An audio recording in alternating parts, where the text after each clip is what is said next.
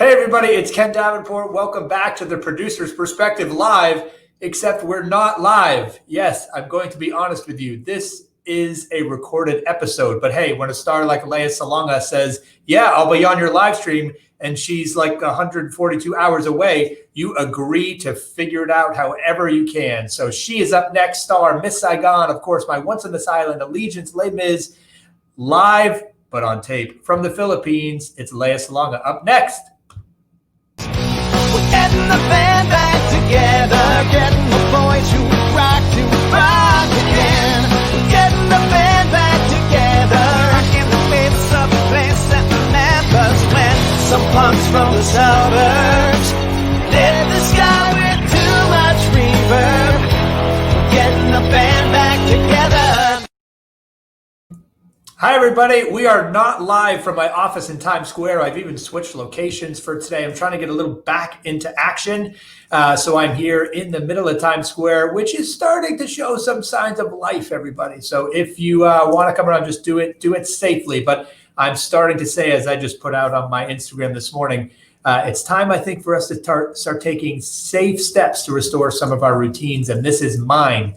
And I'm thrilled today to have Lea on as my guest as I start to trudge back into my office. We are not live. I'm just going to say that again.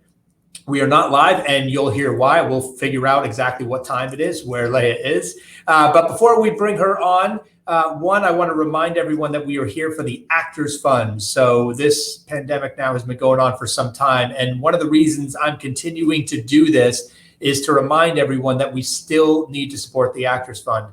In fact, the longer this goes on, ironically, the more people forget about these kinds of things. But the longer that this goes on, the more these artists need your help, especially now with that unemployment supplement having disappeared. So do your can to support the Actors Fund, and we will continue doing this all along the way. Don't forget, speaking of all along the way, we've like 70 episodes of this thing so far, whatever this thing may be. So go ahead and catch the replays. Go to my Facebook page or wherever you stream your content nowadays, which there are also like 472 ways to stream content now, and like 10 more new ones probably just popped up since I said that. So wherever you're streaming content, go check out all the replays and you'll be reminded to support the Actors Fund on every single one.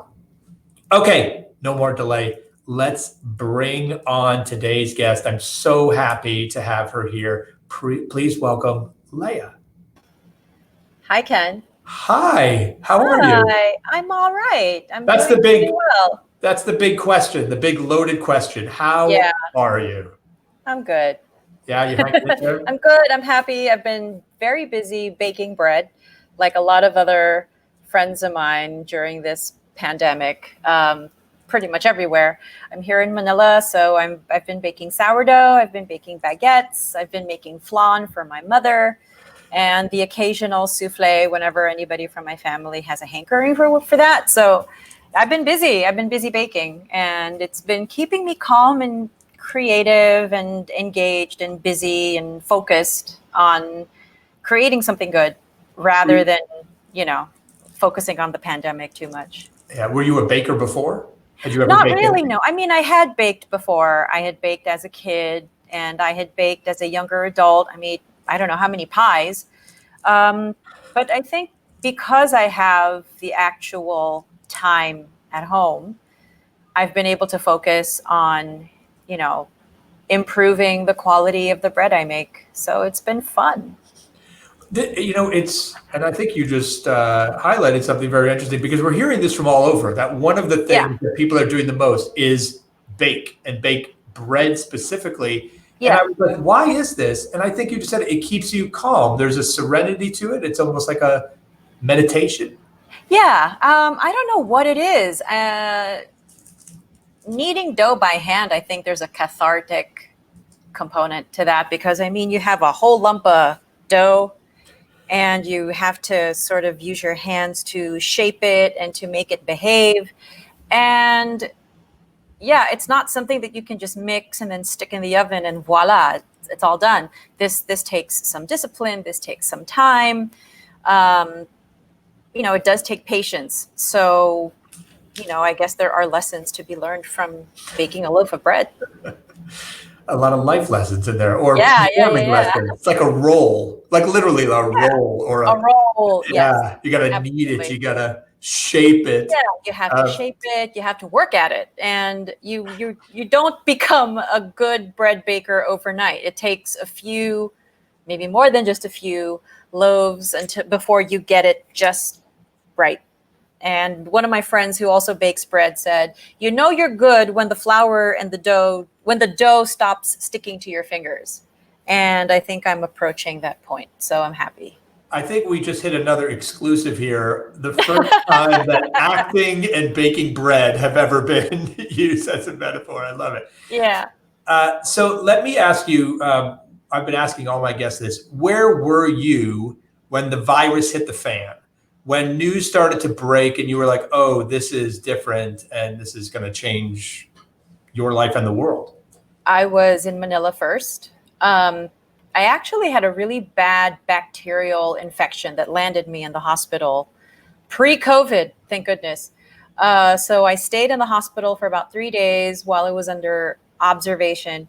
And on March the 1st, I was released. 1 week later, not 1 week later, a few days later, I headed to Dubai. I had concerts with my brother, who was my musical director. And already then we were starting to get a little paranoid.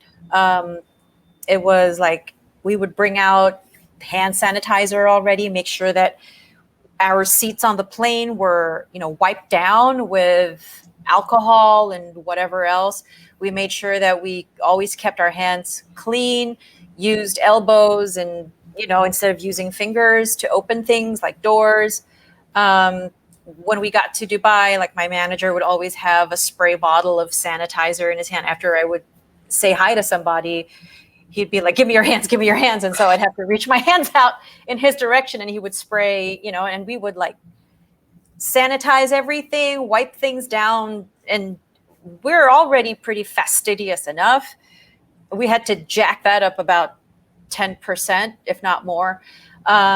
We couldn't do any meet and greets because we just didn't want, we didn't want anybody to ever feel unsafe. And I think that was the first time we said, okay, we're not going to do any autographs. We're not going to do any meet and greets. We're not going to do any of that because there's this thing and it's happening. We got back to Manila on the 7th of March, and I had recording sessions in a studio for some content and whatever else. And then on the 12th or 13th of March, the announcements were coming out. The government was going to issue this thing called an ECQ, which is, I think, extended community quarantine. So basically everything was locked down from the 15th of March. So I've pretty much been holed up in my house since the 15th of March. I've not been out a whole lot, and that's by choice. Also, I'm just really, really happy to be home, that I really have no need to go out.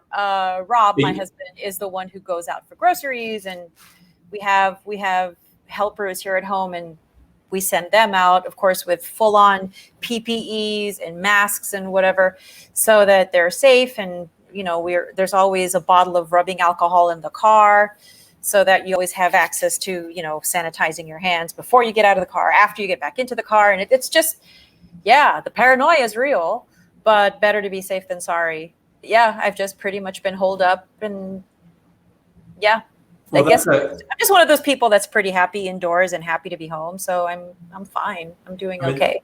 That's the strange blessing for you personally in this, because you're traveling all over the world in a normal year. So this is probably the longest you've ever been in one place ever. Exactly. My daughter loves it that I'm home. Oh, right. It's like there's a lot of books to catch up on, which I haven't really touched very much. The video games have sort of also taken my attention. There's this brand new one that came out a few months ago, and it's breathtakingly, amazingly beautiful. It's a Final Fantasy VII remake. So you're a gamer. I'm a gamer. Yeah. Do people know this, or is this another I don't exclusive? think that it's not an exclusive. I think that there are enough people that know that I'm a gamer. But this is like a remake of a game that came out in 1996 or 97. And the Final Fantasy series has been one of my favorites since I jumped on it with Final Fantasy X. That's the first one I ever played. And then everything after that, I started playing. So now I'm on the remake of 7. Because 7 the story is pretty much the same, except technology has advanced so far that you look at the old one, you look at like this original Final Fantasy 7, and then you look at the new one, it's just worlds apart, even though they do converge at points and then they separate at points.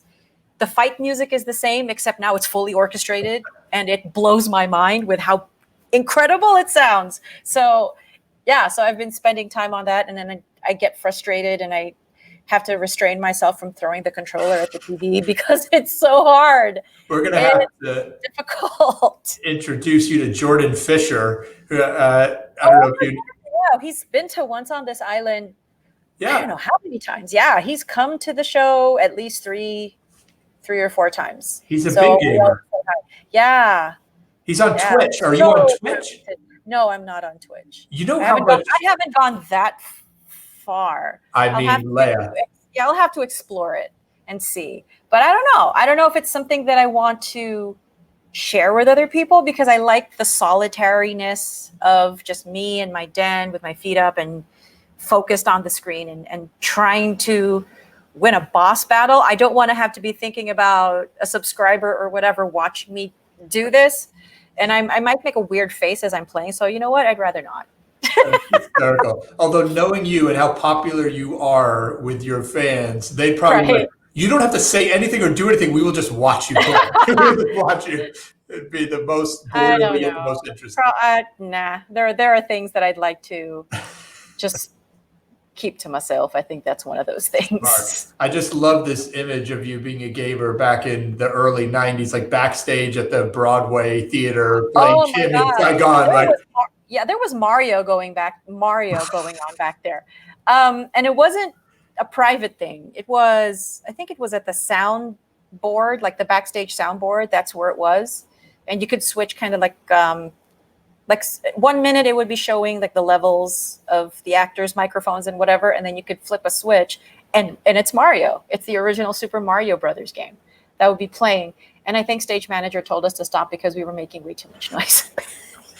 Because we were right by the orchestra pit. So it's like, and they took it away. You'd like run Mario into a mushroom and he would die, and then you'd run on stage and sing, "I swear I'd give my life for you." Like, well, not quite. There would be times when I could do it, but Act 1 is a beast, so not then.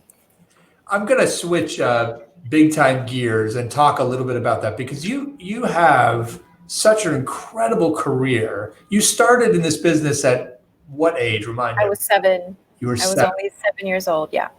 And you have done so many things, and we'll throw up a few photos now, right? So Miss Saigon, of course. Yeah. Allegiance, Les Mis, My Once on This Island, of course. Yeah. All this stuff. And what do you think the secret is to having, besides your incredible talent, what do you think the secret is to having such a long, diverse career, so many different roles, and still going absolutely strong and as popular as ever? You know what? I don't know. I don't know what the secret to my longevity is. I think that I'd like to think that audiences can tell that I truly, truly enjoy what it is I do, and that it's very obvious, that it's very apparent when they come and see my performances, that I'm not phoning it in, that it's something that I have a passion for, something that I still nerd out about as far as vocal technique, that it's something that brings me great joy. I mean, it can be tiring and it can be difficult, but I love to perform. I like to pretend to be somebody different for a couple of hours. I mean, I've gotten to play Vietnamese prostitute, a street urchin in Paris, gotten to, and now like the last one on Broadway was a goddess. And then here in Manila, it was a diabolical pie maker. So it's just, I think it's that I clearly enjoy myself. So if I'm enjoying myself, I'd like to think that the audience enjoys the performances as well. So maybe that's it. If people can see that you're having a good time, then maybe that's it. How do you approach these roles? Do you have a process for that you approach each role the same way every time, or is everyone different for you? No, I can't say that I approach these roles the same because the demand can be very different. I mean, approaching Sondheim is different from approaching Mobile Schoenberg and Ahrens and Flaherty. I try to get as much guidance and information as I can from the director of the show. That's usually where I get the biggest amount of help. I mean, I like being told what to do and which way to go. It helps.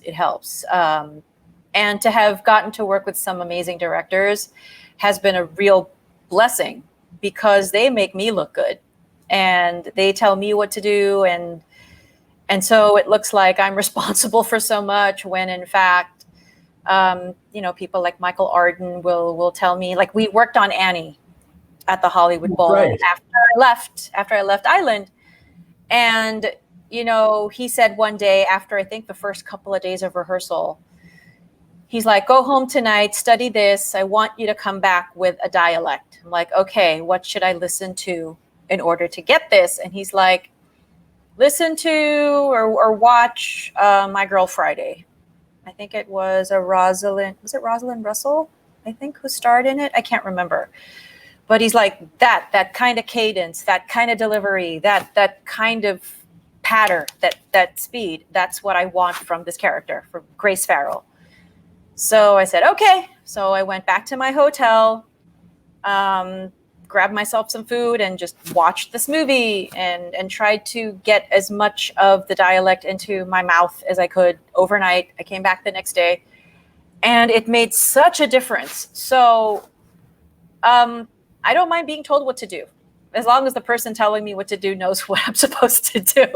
So I think it's wonderful that in the process of figuring out a character that the director really has a strong vision for it, and thus I'm able to help him or her make that real.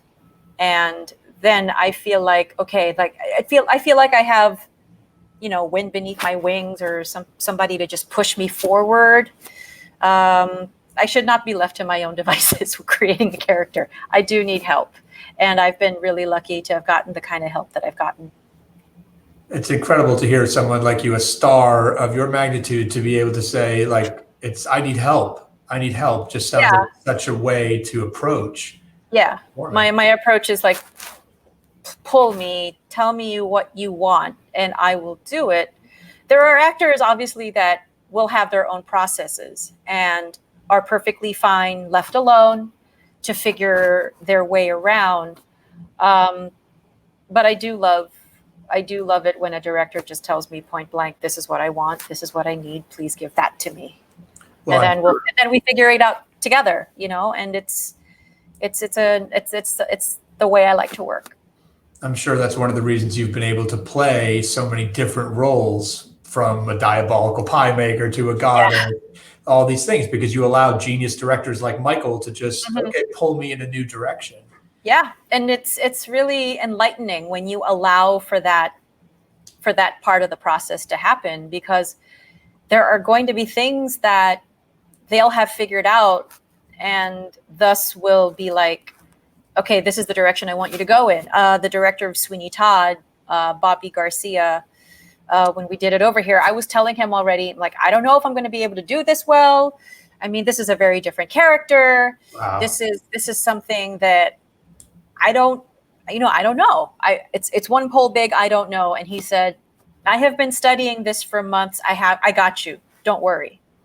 So I stopped worrying and I let him help me. And there were things I figured out on my own, but there are things I had him really, kind of fling me around with. So it was one of the most enjoyable experiences I've had as an actor, because, well, number one, that score is just ridiculously amazing and challenging and difficult, but it's so fulfilling to do. And I got to perform with some really good friends, and my brother was in the orchestra pit conducting the orchestra. So I just had the best time. And I just feel so lucky to have gotten to do that role with that director and with those co-stars and that orchestra. And yeah, and so the process was it was like Christmas every single day. You've been performing since you were 7, and yet in that, when you were just talking, you said, I was worried. Do you get nervous and scared? I do. Really? Yeah. Any performer that says that they don't is lying. There are always going to be butterflies in my stomach. My hands are always going to get cold and clammy before a performance. I'm always going to worry that I'm going to forget something, that I might forget a line, and I get really paranoid. So, for example, for Once on This Island, I would always run through Human Heart every single day before I would go on to sing it, just so that I knew that I had it. I would do Worst Pies in London every time I would, get ready to get out for Sweeney. I Dreamed a Dream. I would always have to run it in my head once or twice just to make sure I had it, because it makes me really nervous, because I know what it's like to not have it when you need to have it. And it's absolutely nerve-wracking. It's a terrible feeling to have. So to make sure that I don't get that feeling anymore, I have to run through everything. It might make me doubly nervous to do it, but it's necessary. It's part of my process when when I'm in a run of a show. So what happens when inevitably, because everyone does it, you do screw up? Like what happens when you do? You try to cover it up. I mean, sometimes it's like one word will be out of place, and then another actor on stage will look at me and I can see the eyebrows going up. And it'll just be something funny. Something funny is about to happen. As long as it doesn't happen during the big solo, then I'm good. What do I do though when it happens? It's like you shake it off and you move on. That's it. There's really nothing else you can do, because the show has to continue, and chances are the audience is not even going to know. Any good specific stories from any of the mega shows you've done? We've had helicopter mishaps in Miss Saigon, where the helicopter just did not appear. I mean, people are paying $100 to see this helicopter, and for it to be a no-show. I was wondering if there was anybody that went to the box office after the show demanding, "Yeah, I want my money back. There was no helicopter." I do wonder that now. I mean, I would do on stage wardrobe changes, and there would be a piece of clothing that wasn't there, and it's like specifically a pair of trousers. So I had no trousers for one costume change, and I was trying, and I'm singing, and I'm looking all over this box and trying to. I guess I'm just going to do this without pants. Was that Saigon as well? That was Saigon also. In Les At least it's a musical comedy, so you can laugh during the middle of something. There's nothing comedic about that, though. I'm trying to think if there was anything else. Numerous flubs during On My Own, both in New York and in London. Thankfully, no mishaps during the anniversary performance at the Royal Albert Hall. Whatever mishaps there were, usually they're pretty minor. And because I am so paranoid now and crazy with regards to the big solos that I have to sing, I really have to, I review those to make sure that I don't make a mistake. And I was one of those people that ran back to see Les Mis for the 142nd time just because you were in it, by the way. You were magnificent. Oh, thank you. Favorite Eponine by far. And thanks. What, as you think back, what's the greatest lesson you've learned throughout from the Miss Saigon days to now? What's the biggest Ooh, about the business, about performing? yeah, I think about performing. I think I realized something. Um, I had done Miss Saigon when I was 18 until I was 19. And then on Broadway, I was 20. And then I left the show a month after I turned 21. And then I stayed away from the show, far, far away from it for 7 years. Then I went back. I went back when I was 27, turning 28. And the show just felt so much easier. I don't know why that was. I guess there was just so much pressure there. It just felt like there was such a weight on my shoulders when I was doing it.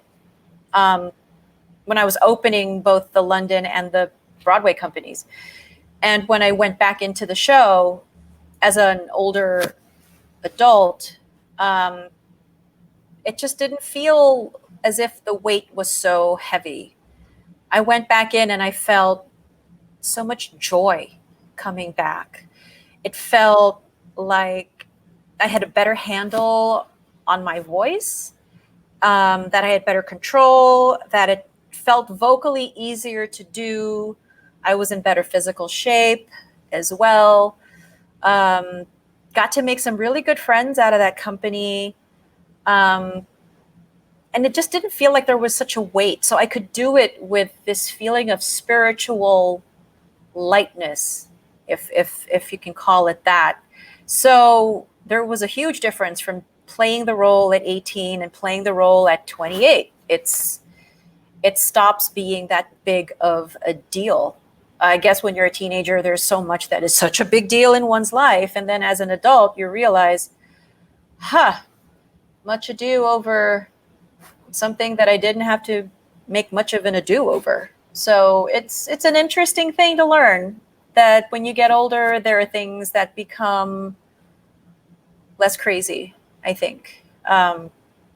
And yeah, as for the business, I think as I continue on in the business, it's always reminding oneself of one's worth. You have to know your worth. And it also helps to surround oneself with a team of managers, reps, even attorneys, family members, friends that also know what that worth is. And it's always a good thing to know your worth. And so you know, especially also in business handlings,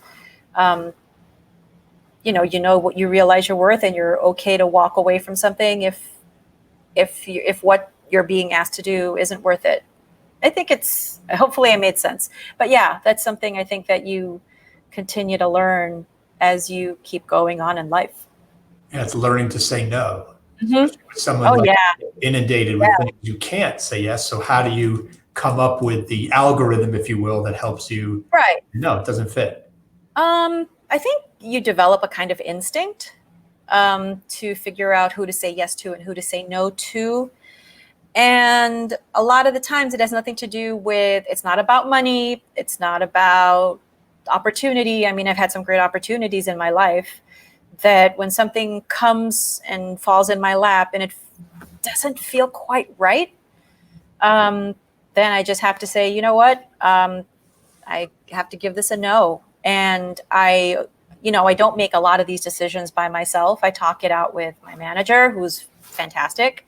And we'll have a conversation and figure out, is this something that would be right for us to do?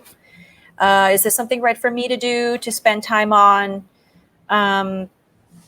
Like, for example, when Once on This Island came up, it was a really easy yes. I mean, I adore Michael Arden, and just how he asked me was really, really sweet. And what the show turned out to be, it was just so groundbreaking and so different. I knew I had to be part of it. I knew it was going to be extremely challenging and difficult, musically, environmentally. I mean, it's sad.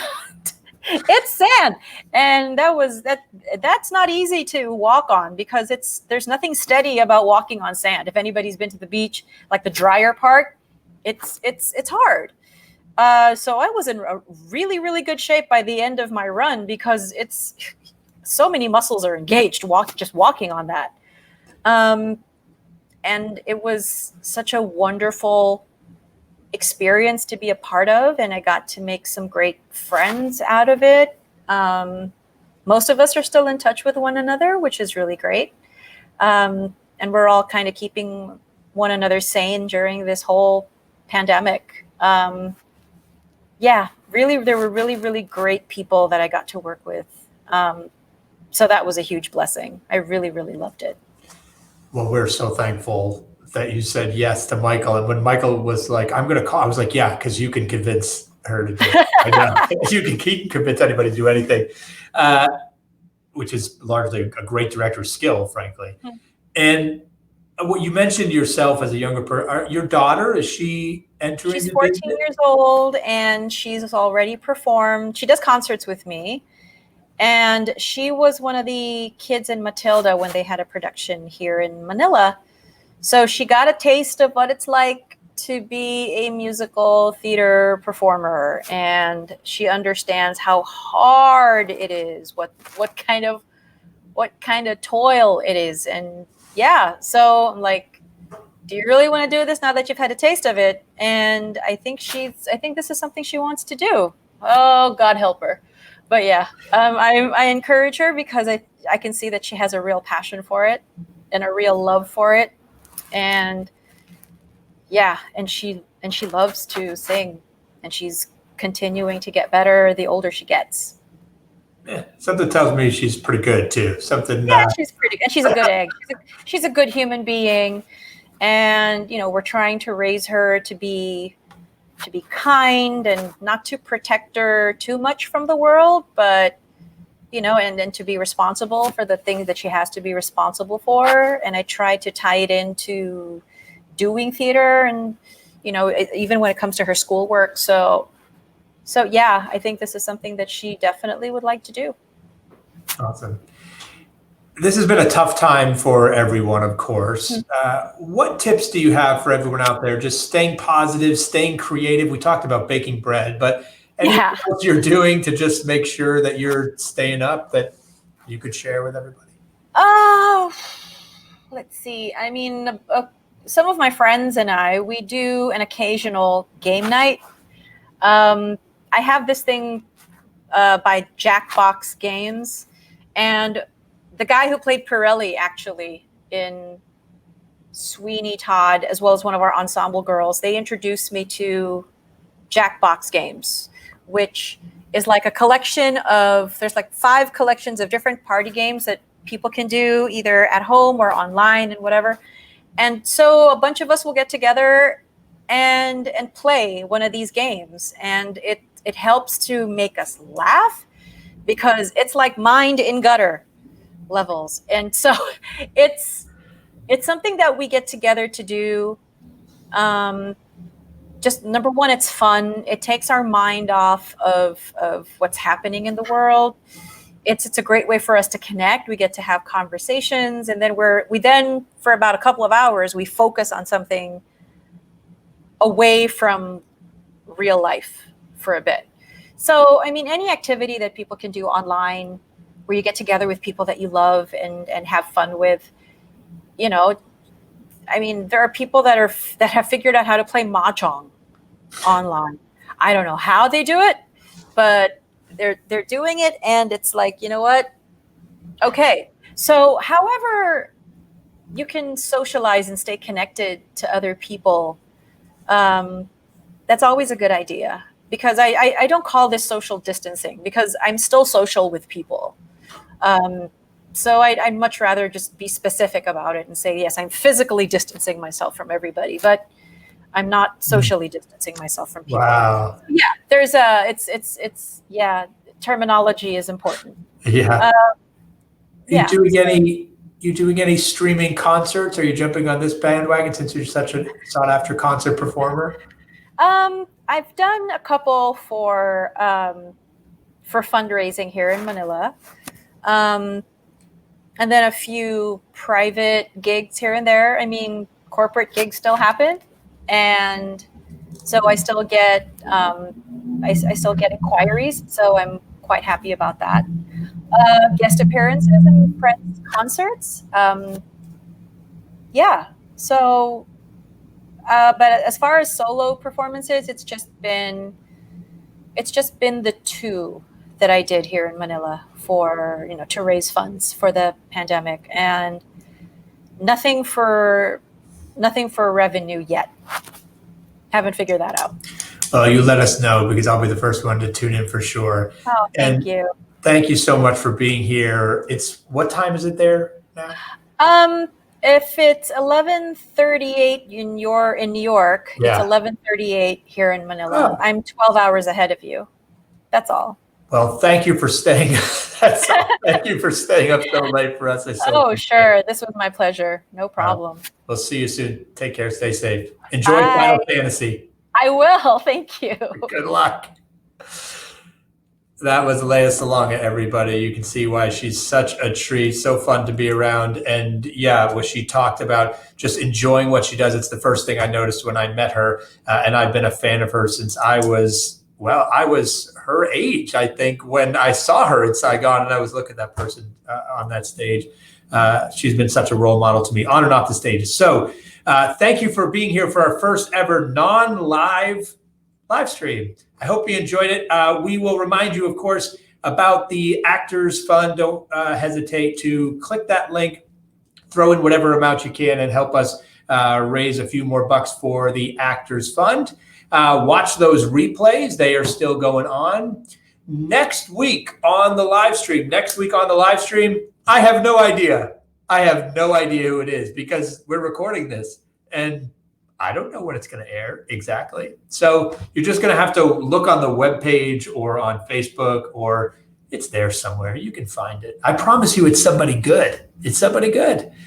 We do have something to make you smile, and we thought it would be very timely to go out with something from our guest, because frankly, she just makes me smile every time I see her, talk to her, listen to that unbelievable voice. So we're going to go out with Lea's The Human Heart from the production of Once on This Island that won the Tony Award. It's actually sitting in the back of the shot right now. Directed by the incredible Michael Arden. Here is Lea Salonga doing The Human Heart. Go to theproducersperspective.com/smile. Enjoy it. Get the cast recording. It's amazing. Spotify, all those things. Thanks for tuning in. We'll see you next time. We'll be alive. Getting the band back together.